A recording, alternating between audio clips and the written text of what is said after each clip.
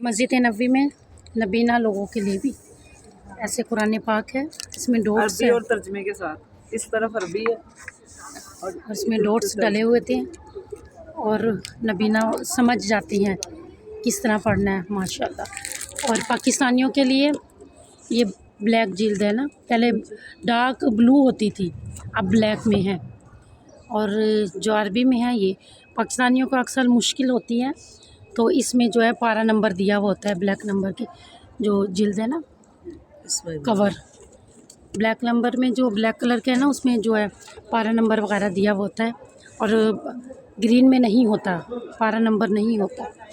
हर तरह की सहूलतें देते हैं, हर तरह की सहूलतें देते हैं। अपने मेहमानों का बड़ा ख्याल रखते हैं। बस हमें इन्हें फॉलो करना चाहिए, इनकी बात माननी चाहिए। जब ये कहें बैठ जाओ तो बैठ जाएं, और जब ये कहें सीट छोड़ो तो हमें वो जगह फ़ौरन छोड़ देनी चाहिए।